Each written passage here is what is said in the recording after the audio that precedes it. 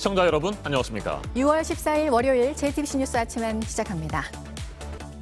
이번 G7 회의에서 채택된 공동성명에서 각국 정상들은 미국의 대북 정책을 지지하면서 북한의 대화를 촉구했습니다. 2년 전 트럼프 전 대통령 때와는 달리 바이든 대통령은 미국이 돌아왔다며 동맹 관계를 내세웠고 중국이 민감해하는 이슈들이 공동성명에 담긴 걸 반겼습니다.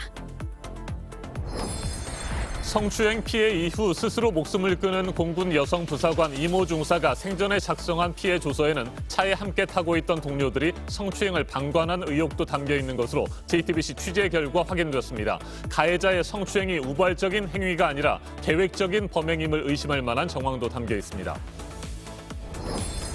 수도권 지역 중학생들의 등교 일수가 오늘부터 늘어나고 스포츠 경기장과 공연장에 들어갈 수 있는 인원도 많아집니다. 월요일인 오늘 신규 확진자 수는 400명 안팎으로 발표될 것으로 예상됩니다.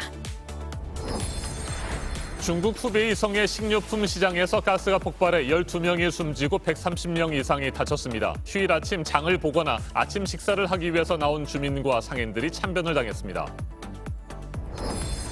이스라엘의 최장수 총리였던 네타냐후의 12년여간의 장기 집권이 끝났습니다. 이스라엘 의회가 야권 정당들이 참여하는 새 연립정부를 승인했고 극우 정당 대표가 총리직을 맡았습니다.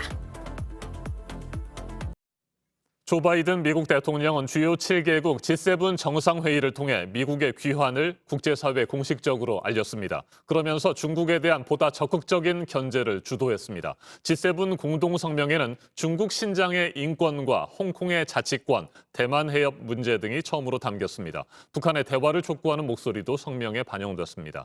워싱턴에서 김필규 특파원이 보도합니다. 주요 7개국 정상회의에서 미국이 돌아왔다고 선언한 바이든 대통령은 회담 후 기자회견에서도 중국을 겨냥했습니다. I think we're in a contest, not with China per se, but a contest with autocratic governments around the world. 주요 7개국 정상들은 폐막 성명에서 중국 신장 자치구와 홍콩에서의 인권 탄압을 비판했습니다. 대만 해협에서 긴장을 높이는 일방적인 행위를 반대한다고도 했습니다. 중국의 거대 경제권 구상인 1대1로에 대응해 더 나은 세계 재건, B3W라는 글로벌 인프라 투자 계획도 내놨습니다. That we're building back better together and building back greener and building back fairer and building back more equal. 세계보건기구의 코로나19의 기원에 대한 재조사를 촉구한 것도 중국에 대한 압박입니다. 한편 G7 정상들은 미국의 대북 정책을 환영하면서 북한의 대화와 관여를 촉구했고 스가 일본 총리에겐 도쿄올림픽 개최에 대한 지지를 밝혔습니다. 중국은 영국 주재 대사관을 통해 작은 그룹의 나라들이 글로벌한 결정을 지시하는 시기는 오래전에 끝났다며 G7 회의를 비판했습니다. 인권과 대만, 코로나19 등 중국이 민감해하는 모든 문제를 동맹과 함께 정조준하면서 바이든식 대중 압박이 본격화한 모습입니다. 워싱턴에서 JTBC 김필규입니다. 성추행을 당한 뒤 회유와 압박 등에 시달리다가 극단적인 선택을 한 이모 중사가 남긴 피해자 진술조서. JTBC는 지난 주말 그 존재를 처음으로 전해드렸습니다. 이 중사는 성추행 피해 사흘 만에 당시 상황을 매우 자세하게 알렸지만 사건이 세상에 드러나기까지는 몇 달이 걸렸습니다. 결국 이 중사가 스스로 생을 마감한 뒤였죠. 피해자 진술조서를 살펴봤는데 성추행이 벌어진 차 안에 함께 타고 있던 동료들이 가해자의 범죄를 방관한 정황도 담겨 있었습니다. 이금평 기자가 보도합니다. 이 중사가 성추행을 당한 지난 3월 2일 밤 회식이 끝나고 돌아오는 차량 안 뒷좌석에는 이 중사, 가해자 장모 중사, 상관 노모 상사가 나란히 타고 있었습니다. 먼저 목적지에 도착한 노 상사는 차에서 내리면서 장 중사에게 한 명은 앞으로 자리를 옮기라고 말했지만 장 중사는 반말로 거부했습니다. 이 때문에 뒷좌석에 장 중사와 둘만 앉게 됐다는 게 이 중사의 진술입니다. 노 상사가 이상한 낌새를 눈치채고 이 둘을 떼어놓기 위해 더욱 적극적으로 나설 수 있었다는 정황으로도 해석됩니다. 실제 노 상사가 내리기 전에도 장 중사의 성추행이 시작됐고 이 중사는 이런 상황을 어떻게든 피하기 위해 같이 차에 타고 있던 노 상사와 지속적으로 대화를 시도했다고도 진술했습니다. 노 상사가 내린 뒤 장 중사는 운전대를 잡은 A 하사에게 두 차례에 걸쳐 빨리 출발하라고 재촉했고 이후 본격적인 추행이 벌어졌습니다. 다음 날 피해 사실을 신고하기로 마음먹은 이 중사는 현장에 있었던 노 상사와 A 하사의 태도에 다시 한번 실망할 수밖에 없었습니다. 차 안에서 이상한 일 못 느꼈냐는 물음에 이들 모두 모르겠다고 답한 겁니다. 다음 날 이 중사는 남편과 주고받은 카카오톡에서 피해를 보고받은 노상사가 계속 한숨만 쉰다고 했고 면담을 하자는 노모 준위에 대해서는 다 똑같은 사람들이라고 낙담하기도 했습니다. 결국 이 상사를 회유하려 했다는 의혹을 받는 노준위와 노상사는 직무유기 등 혐의로 구속됐습니다. 노준위의 경우 앞서 이 중사를 강제추행한 혐의도 받고 있습니다. JTBC 이근평입니다. 이 중사의 피해자 진술 조서에는 가해자 장 중사가 성추행을 저지르면서 많이 취했느냐며 계속해서 물었다는 내용도 적혀 있습니다. 범행을 미리 계획하고 다른 동승자들이 눈치채지 못하도록 시도한 정황입니다. 이 중사는 사건 직후만 해도 이 같은 진술 조사에 기대를 걸었던 것으로 보입니다. 구혜진 기자가 보도합니다. 앞좌석으로 안 간다며 뒷자리에 남은 장중사. 뒷좌석에 둘만 남자 장중사는 고 이중사의 손을 끌어 본인과 붙어 앉겠습니다. 그리고 수십 차례에 걸쳐 추행했습니다. 노상사가 차에서 내리자마자 기다렸다는 듯 돌변한 겁니다. 우발적인 추행이 아니라 계획성이 있었다고 짐작할 수 있는 대목입니다. 또 장중사는 추행을 하는 동안 많이 취했으니 정신 차리란 취지의 말을 10번 정도 반복했습니다. 고 이중사는 이런 발언이 앞자리에 앉은 A 여사가 추행을 눈치채지 못하게 하려는 의도적 발언으로 해석했습니다. 진술에 따르면 장 중사는 추행 직후에도 여러 차례 범행을 인정하고 사과했습니다. 장 중사가 본인의 행동을 내내 인지할 수 있었다고 풀이됩니다. 차량 블랙박스와 관사 CCTV 그리고 2차례의 사과 문자 등 진술 내용을 뒷받침할 증거도 충분합니다. 장 중사는 군 검찰 조사에서 일부 내용에 대해 술에 취해 기억이 나지 않는다고 진술한 걸로 알려졌습니다. 고 이중사 부부는 피해자 진술을 하기 전 공군경찰단에 기대를 걸었던 걸로 보입니다. 진술 전날 밤 이중사의 남편은 담당 수사관이 성폭력 연구로 박사규를 취득했다고 메시지를 보냈습니다. JTBC 구혜진입니다. 오늘 0시 기준 국내 코로나19 신규 확진자 수는 주말과 휴일 검사 건수가 줄면서 400명 안팎에 머물 것으로 보입니다. 어젯밤 9시까지 360명이 새롭게 확진 판정을 받았습니다. 전국의 감염 재생산 지수가 유행 확산의 기준점인 1을 넘어서고 있어서 여전히 방역의 긴장감을 늦출 수 없는 상황이지만 오늘부터는 코로나19 제한 조치가 일부 풀립니다. 스포츠 경기장과 공연장에 더 많은 사람들이 들어갈 수 있고 수도권 중학생들은 전체 학생의 3분의 2까지 등교 수업이 가능해집니다. 박상욱 기자입니다. 프로야구 경기가 열리는 서울 잠실구장입니다. 총 2만 5천석 규모인데요. 지난해에는 코로나19로 인해서 아예 관중이 아무도 없이 경기가 치러지기도 했습니다만 지금은 10%까지 전체 관중석의 10%까지 현장에서 경기를 볼 수가 있습니다. 이제는 이를 늘려서 30% 그러니까 잠실 기준으로는 7,500명까지 현장에서 경기를 볼 수 있습니다. 수도권 외 거리두기 1.5단계 지역은 30%인 경기장 입장 제한을 절반으로 완화합니다. 고무적이죠, 굉장히. 운 좋게 정말 이번에 예매표가 나온 거를 발견을 해가지고 나오게 됐는데 좀 더 확대됐으면 좋겠어요. 다만 경기장 안에선 마스크를 항상 써야 합니다. 가족 등 일행도 좌석 간격은 띄어야 합니다. 음식을 먹어도 안 되고 함성과 구호도 외치면 안 됩니다. 코로나 때문에 이렇게 떨어앉게 되면서 같이 즐길 수 없다는 거에 좀 많이 아쉽기도 했는데 그래도 무관중보다는 지금이 훨씬 더 좋다고 생각해요. 그래서 지금도 솔직히 만족스러워요. 볼 수 있는 것만으로도. K-팝 등 대중음악 공연장도 한시름 놨습니다. 99명이던 인원 제한을 실내외 상관없이 최대 4,000명으로 늘렸습니다. 학교 등교도 늘어납니다. 고등학교, 초등학교와 달리 별다른 등교 확대 조치가 없던 수도권 중학교와 실습이 많은 직업계 고등학교가 대상입니다. 하지만 현재 거리두기 단계와 5인 이상 사적 모임 금지 조치는 그대로 유지됩니다. 정부는 백신 접종률이 22%를 넘었지만 아직 하루 확진자가 400에서 700명을 오가고 있어 긴장의 끈을 놓을 수 없다는 판단입니다. JTBC 박상욱입니다. 국민의힘 이준석 신임 대표의 움직임 하나하나에 관심이 집중되고 있죠. 당 대표에 뽑히고 다음 날 안철수 국민의당 대표를 만났다고 해서 또 여러 얘기들이 나오고 있습니다. 신경전을 벌여온 두 사람이 단둘이 만난 자리였고 합당 문제에 대선 경선에 대해서도 말을 했다고 하는데 이준석 대표는 안철수 대표와 계속 얘기를 해야 한다고 말했습니다. 황혜린 기자입니다. 두 대표는 서울 노원구 상계동에 있는 한 카페에서 수행원 없이 단둘이 만났습니다. 1시간가량 합당 문제 등 주요 현안을 논의했습니다. 이 자리에서 최대한 빨리 당을 합치자는데 공감대를 이룬 걸로 알려졌습니다. 이준석 대표가 안철수 대표에게 합당 이후 뭐 하고 싶냐고 묻기도 했던 겁니다.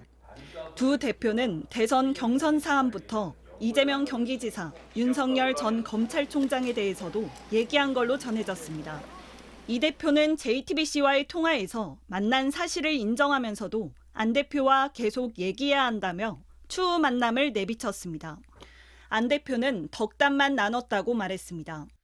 안 대표는 어제 오전 소셜미디어에 이 대표의 당선이 기성정치의 틀과 내용을 바꾸라는 국민적 변화의 요구라는 글을 올리기도 했습니다. 그러면서 변화가 성공할 수 있도록 해야 할 책임은 여야 정치권 모두에게 주어졌다고 했습니다. 사실상 합당을 시사하는 내용이라는 분석이 나옵니다. 이런 가운데 이 대표는 어제 김기현 국민의힘 원내대표와 첫 상견례를 하며 주요 당직자 인선 등을 논의했습니다. JTBC 황예린입니다. 민주당은 긴장감과 또 위기감 속에 이준석 국민의힘 대표의 행보를 지켜보고 있습니다. 세대교체 바람도 신경이 쓰이고 선거에서 주도권을 야당에 빼앗길지도 걱정인데요. 이번 주에 출범하게 되는 민주당의 대선 기획단을 통해서 변화를 꾀할 것으로 보입니다. 심수미 기자입니다. 36살의 이준석 국민의힘 대표는 58살의 송영길 대표와 20년 이상 차이가 납니다. 지도부 평균 연령도 국민의힘이 44.5세로 민주당 평균보다 8년 이상 낮습니다.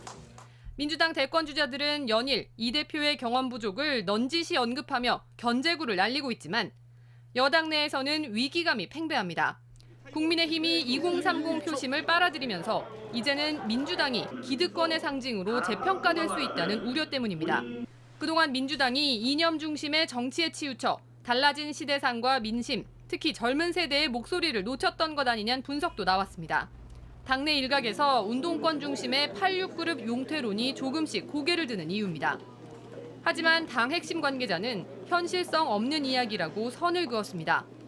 민주당은 현직 의원뿐 아니라 원외 인사를 포함해 당원들도 대부분 86그룹을 지지하는 50대 이상이 다수를 차지하고 있습니다. 민주당은 일단 이번 주 출범하는 대선 기획단에 참신한 인물을 내세우며 점진적인 변화를 꾀한다는 방침입니다. JTBC 심수희입니다. 중국 후베이성의 한 시장에서 어제 아침에 있었던 가스 폭발 사고로 지금까지 12명의 사망자를 포함해서 150명의 사상자가 나왔습니다. 지금도 구조 작업이 진행되고 있어서 사상자는 더 늘 것으로 보입니다. 강버들 기자입니다. 건물의 큰 뼈대 빼고는 멀쩡한 게 하나도 없습니다. 주변에는 잔해와 망가진 차들이 잔뜩 널브러져 있습니다. 땅 아래로 내려앉은 부분도 있습니다. 어제 아침 중국 후베이성 스엔시 식료품 시장의 2층짜리 건물이 가스 폭발로 무너져 내렸습니다.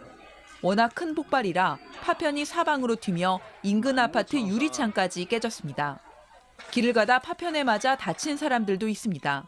이른 시간이었지만 이미 시장 안에는 장을 보거나 아침 식사를 하려는 사람들이 많아 인명피해가 컸습니다. 2천여 명이 투입돼 어제 오후 2시까지 150명을 구조했는데 이 중 12명은 숨졌습니다. 아직 찾지 못한 매몰자가 더 있을 것으로 추정됩니다. 시진핑 국가주석은 이번 사고의 원인을 찾아 책임을 물으라는 중요 지시를 내렸습니다. 다음 달 1일 공산당 창당 100주년을 앞두고 있어 더욱 신경을 쓰는 모습입니다. Now, sadly, China is no stranger to deadly explosions like this, and each time an incident like this happens, it raises questions about safety standards inside the country. 앞서 2015년 대폭발로 165명이 목숨을 잃었던 텐진항에서 지난 1월 다시 사고가 나 8명이 숨지는 등 크고 작은 폭발이 끊이지 않고 있습니다. JTBC 강버들입니다. 이번에는 오늘 아침 체크해봐야 할 뉴스들을 분야별로 살펴보겠습니다. 먼저 정치 분야입니다. 더불어민주당의 대권 주자인 이낙연 전 대표와 최문순 강원도지사가 어제 저녁 만찬 회동을 했습니다. 당내 대선 후보 경선 방식 등에 대해 의견을 주고받은 것으로 전해졌습니다. 경선 일정 연기를 희망하는 대선 주자들이 이재명 경기도지사의 연기 반대에 맞서 본격적인 새 결집에 나서는 분위기입니다.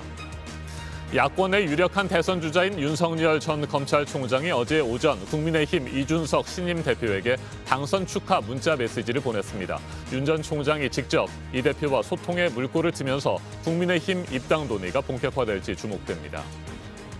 이준석 국민의힘 대표가 오늘 취임 이후 첫 번째 공식 외부 일정으로 국립대전현충원을 참배합니다.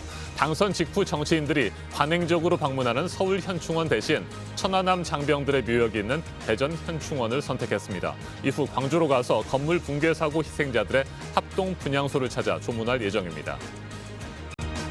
현대자동차그룹 정의선 회장이 2달 만에 미국으로 갔습니다. 앞서 미국 서부에 이어서 이번에는 동부 지역에서 현지 사업 전반을 둘러볼 것으로 전해졌는데요. 8조 원 규모의 미국 투자를 구체화하기 위한 조치들을 챙겨야 하는 상황에서 자율주행차와 로봇 같은 미래 신사업 거점지들을 돌면서 점검을 할 것으로 보입니다. 통계청의 경제총조사가 오늘부터 시작되는데요. 우리나라 전체 경제 활동을 파악하기 위해서 5년마다 하는 조사입니다. 전국 사업체가 대상인데 전자상거래 사업체처럼 물리적인 장소가 없는 곳들도 처음으로 대상에 들어갔습니다. 작은 규모의 사업체에 대해서는 표본 조사 방식으로 진행을 합니다. 롯데택배에서 일하던 택배 노동자가 뇌출혈로 쓰러져서 의식불명 상태입니다. 2년 넘게 일을 해왔다고 하는데 주 6일 근무였고 하루 2시간을 자고 출근하는 날이 많았던 것으로 알려졌습니다. 택배노조는 과로사 문제를 다시 한번 강조하면서 롯데택배가 관련 사회적 합의에 나설 것을 촉구했습니다. 계속해서 사회 분야 뉴스입니다. 어젯밤 11시 57분 북한 함경북도 길주 지역에서 규모 2.5의 지진이 발생했습니다. 진앙은 길주에서 북북 서쪽으로 41km 떨어진 지역입니다. 기상청은 자연 지진으로 분석했습니다. 5살 아들을 학대해 중태에 빠뜨린 친엄마와 20대 동거남이 구속됐습니다. 지난 10일 인천의 한 빌라에서 아이를 학대해 머리를 크게 다치게 한 혐의입니다. 동거남은 목마를 태워주다가 실수로 떨어뜨렸다고 학대 혐의를 부인했지만 경찰에 추궁해 폭행 사실을 인정했습니다. 어제 오후 4시 반쯤 강원도 삼척시 노곡면의 한 비닐하우스에서 불이 났습니다. 50대 여성이 화상을 입어 병원에서 치료를 받고 있고 비닐하우스 300제곱미터는 모두 타서 소방서 주산 600만 원의 재산 피해가 났습니다. 영국의 유명 출판사가 최근 발행한 중국을 소개하는 관광 책자에 고구려성이 중국성으로 돼 있다고 사이버 외교사절단인 방크가 밝혔는데요. 고구려성인 박작성이 만리장성에 포함된다고 잘못 기술이 됐습니다. 방크는 이를 방치하면 역사가 왜곡되는 속도가 빨라질 것이라고 했습니다. 오는 21일 세계 요가의 날을 앞두고 지리산 화엄사가 주최한 요가 행사가 어제 있었는데요. 300여 명이 참여를 했습니다. 주로 서울에서 열렸던 행사가 올해는 이렇게 전통 사원에서 진행이 돼서 눈길을 끌었습니다. 전통 문화재 재료를 보여주는 전시가 오늘부터 온라인에서 열립니다. 국립문화재연구소가 마련한 전시로 단청 안료, 석회, 한지 등 50여 점을 선보입니다. 앞서 2번이 연기가 됐던 전두환 씨의 항소심 재판이 오늘 열립니다. 5.18 당시 헬기 사격을 목격했다는 고 조비오 신부 명예를 훼손한 혐의에 대한 재판으로 1심에서 유죄가 선고됐습니다. 오늘도 전씨는 나오지 않은 채로 재판이 진행이 될 예정입니다. 조광한 남양주시 시장에 대해서 첫 재판이 오늘 예정이 되어 있습니다. 지난 4.15 총선을 앞두고 불법 선거운동을 하고 공무원을 동원해서 권리당원을 모집한 혐의에 대해서입니다. 이스타항공이 오늘 본 입찰을 진행합니다. 쌍방울, 할인 등 인수 이양서를 낸 10여 곳은 예비 실사를 진행하고 인수 금액을 검토해왔습니다. 이스타항공은 최종 인수 후보자를 다음 주에 정합니다. 분야별 뉴스들 체크해드렸습니다.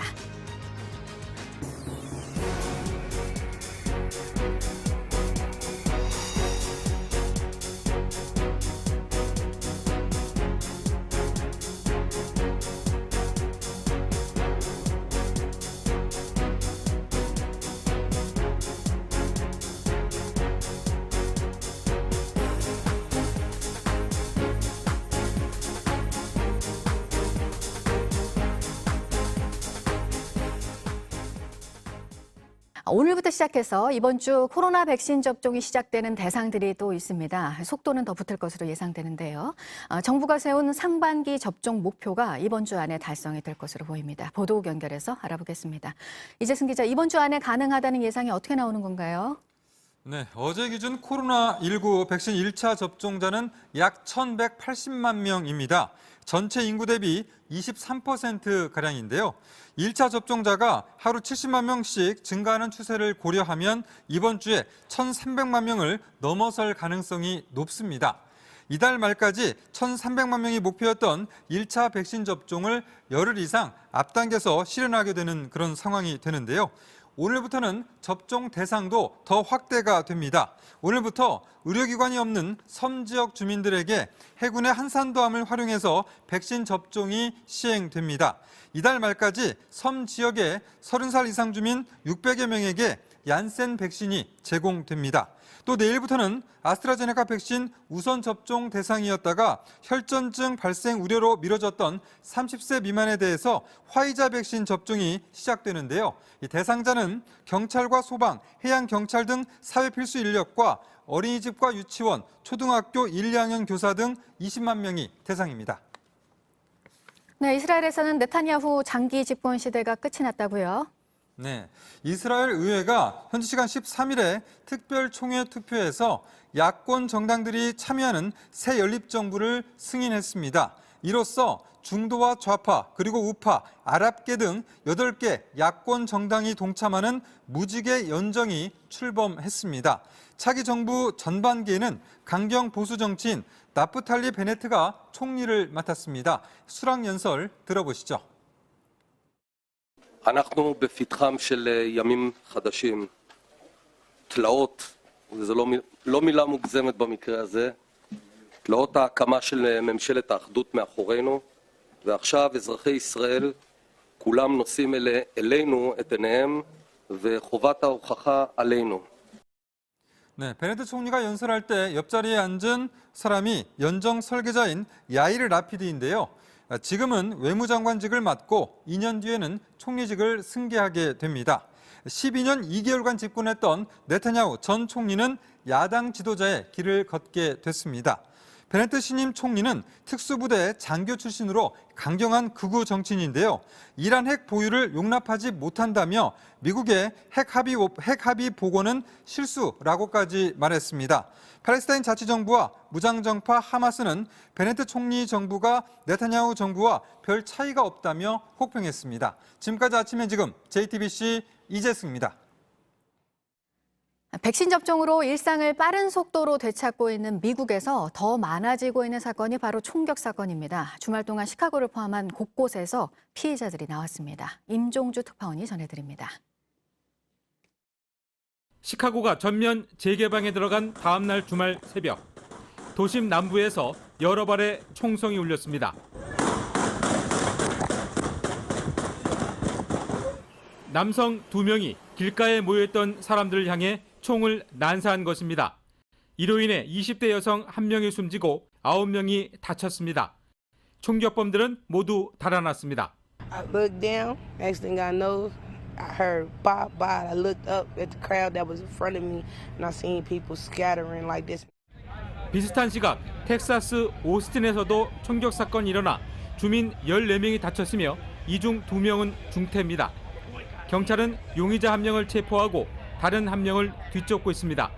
Very large crowds. It was very difficult to contain the scene. It was very difficult for EMS to make their way into this crowd. 조지아주 서베나에서는 18개월 된 유아와 13살 어린이까지 총에 맞아 다쳤습니다.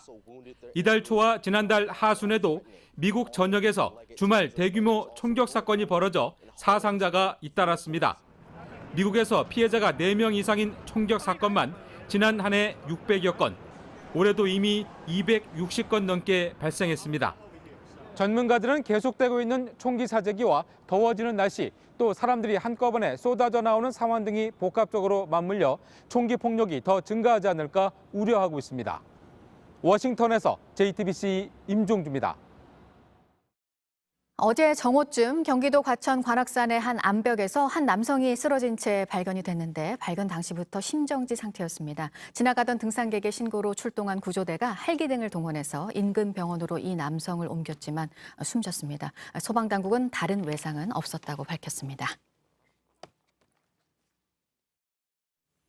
문재인 대통령이 영국 코널에서 지난 11일부터 2박 3일 동안 진행된 주요 7개국 G7 정상회의 일정을 모두 마쳤습니다. 18개월 만에 이루어진 대면 정상외교였습니다. 코로나19의 세계적 대유행 속에서 달라진 대한민국의 위상을 확인했다는 것이 가장 큰 성과로 꼽힙니다. 미국을 중심으로 국제사회의 대중 압박과 북한 비핵화 촉구가 다시 본격화되고 있는 가운데 우리가 어떤 전략을 세워야 할지에 대한 과제도 남겼습니다. 문 대통령은 영국에 이어 오스트리아 국빈 방문 일정을 시작했습니다. 국제정치 전문가죠. 박원곤 이화여대 교수 자리에 함께했습니다. 어서 오십시오. 네, 안녕하세요. 네, 문재인 대통령 2년 연속 G7 정상회의에 초청을 받아서 참석했습니다. 모든 일정은 끝났고요. 지난해에는 코로나19 때문에 화상회의를 했었는데 이번에는 처음으로 대면 외교에 참여를 한 겁니다. 예, 그렇습니다. 전체적으로 한국의 위상이 높아졌다라는 것은 분명히 확인이 되고요. 물론 뭐 한국 외에도 3개국이 초청을 더 받았죠. 인도랑 호주 그리고 남아공. 그 의미는 나름대로 미국과 영국이 특히 그 초청을 하면서 민주주의 국가들 아닙니까? 네. 민주주의 국가들로 일종의 확장을 하는 뭐 D10이라든지 D11 정도를 얘기를 했습니다. 근데 이번에 확인된 것은 문 대통령이 참여한 세션을 보면 한국의 중요성이 확인이 되거든요. 예를 들어서 3가지 세션인데 첫 번째 보건. 한국의 방역을 그래도 상대적으로 잘했고 또 앞으로 이 백신의 허브가 될 가능성이 있다. 그 두 번째는 이게 열린 사회라는 세션인데 한국이 자유민주주의 국가로서의 정체성을 또 확인하고 협력을 가하는 곳이고요. 마지막은 이제 기후 변화. 거기도 한국이 우리 정부가 중점적으로 하고 있는 분야이기 때문에 세 분야에서 참석을 해서 이제 한국의 입장과 또 같이 협력을 논의를 했습니다. 네, 앞서 잠깐 말씀을 하셨습니다. 영국이 제안하고 미국도 지지의 뜻을 밝힌 것으로 전해지고 있습니다. 이른바 D10 민주주의 10개국 D10 구상 새로운 다자 협의체인데 이와 관련해서 일본은 니혼게이자이 신문에 따르면 스가 총리가 G7 회의를 확대하는 것에 대해서 반대하고 있다고 하잖아요. 그렇습니다. 네. 기존의 G7 국가들은 꼭 G7이 아니라 모든 다자 협의체는 비슷한 입장이 있죠. 거기서 만약 확대가 되면 7개 국가가 자신들이 누려야 할 이권이 좀 줄어드는 부분이 있기 때문에 늘 어떤 협의체를 확대하는 것은 그렇게 녹록한 일은 아닙니다. 다만 미국도 그렇고 영국도 그렇고 이게 사실은 중국을 견제하겠다는 의지와 의도가 있는 거거든요. 그렇다면은 민주주의 국가끼리의 모임을 함으로써 좀 더 효율성을 갖고 가겠다라는 그런 의도는 있어 보입니다.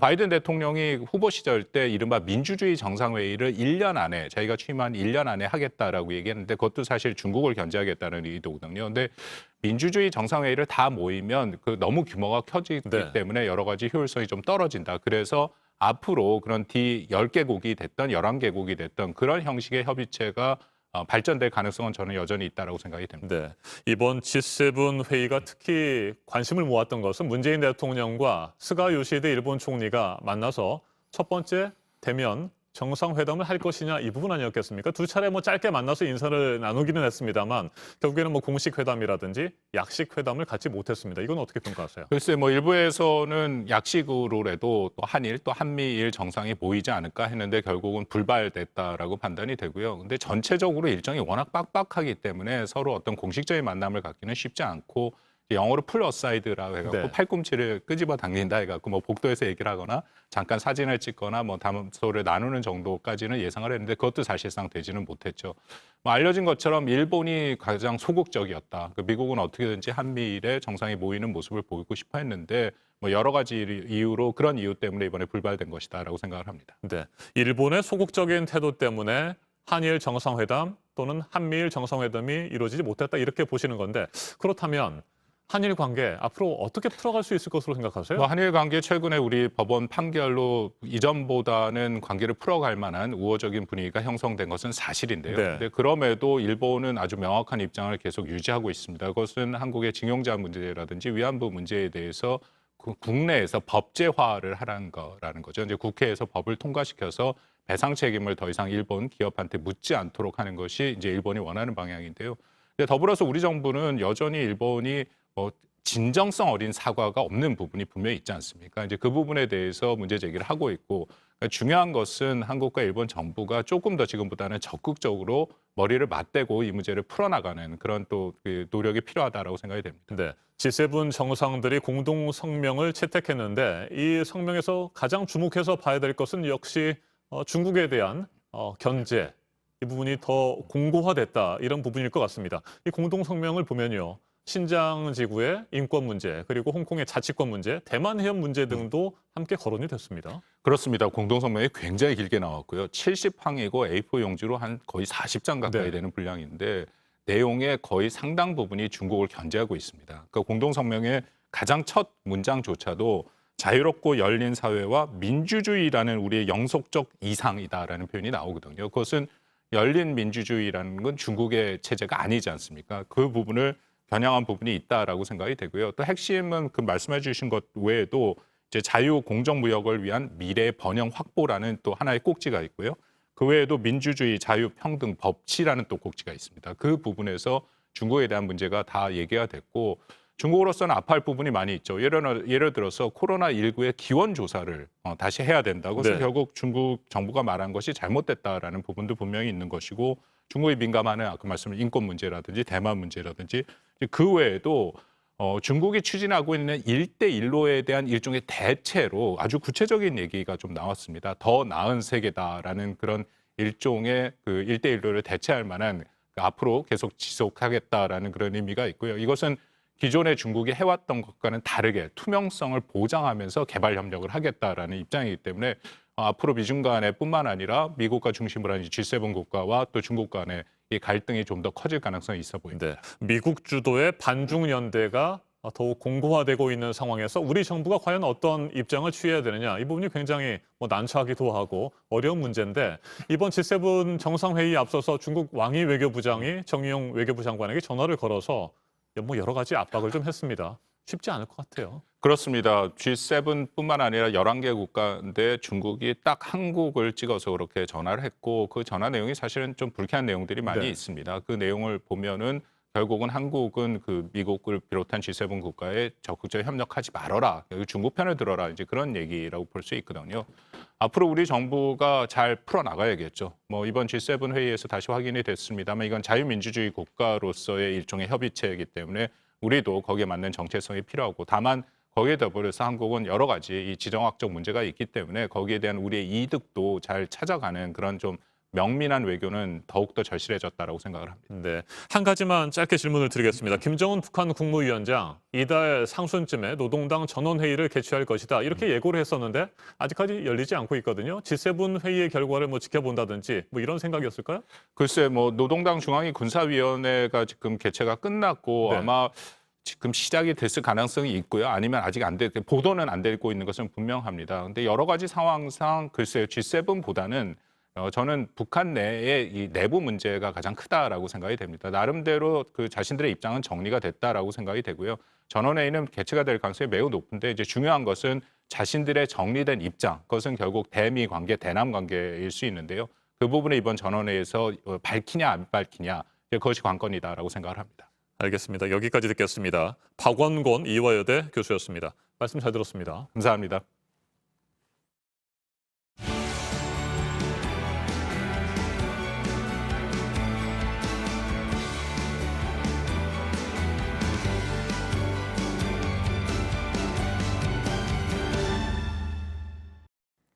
네, 오늘 절기상 단오입니다. 전국에 대체로 맑은 날씨가 이어지고 낮에는 30도 안팎으로 기온이 올라가겠습니다. 서울은 30도, 대전 31도로 어제와 비슷하겠습니다. 동해안 지역은 강릉과 포항이 24도에 머물겠습니다. 충청과 전라도에는 오후 늦게부터 밤 사이에 소나기가 오는 곳도 있겠습니다. 아침엔 뉴스워치, 오늘 하루 관심을 가지고 지켜봐야 할, 기억해야 할 뉴스 끝으로 정리해드립니다. 문재인 대통령이 영국 코널에서 열린 주요 7개국 G7 정상회의에서 스가 요시히데 일본 총리를 만났지만 공식 회담은 물론이고 약식 회담도 갖지 못했습니다.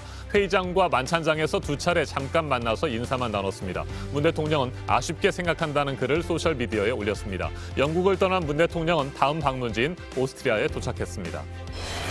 이번 G7 회의에서 채택된 공동 성명에서 각국 정상들은 미국의 대북 정책을 지지하면서 북한의 대화를 촉구했습니다.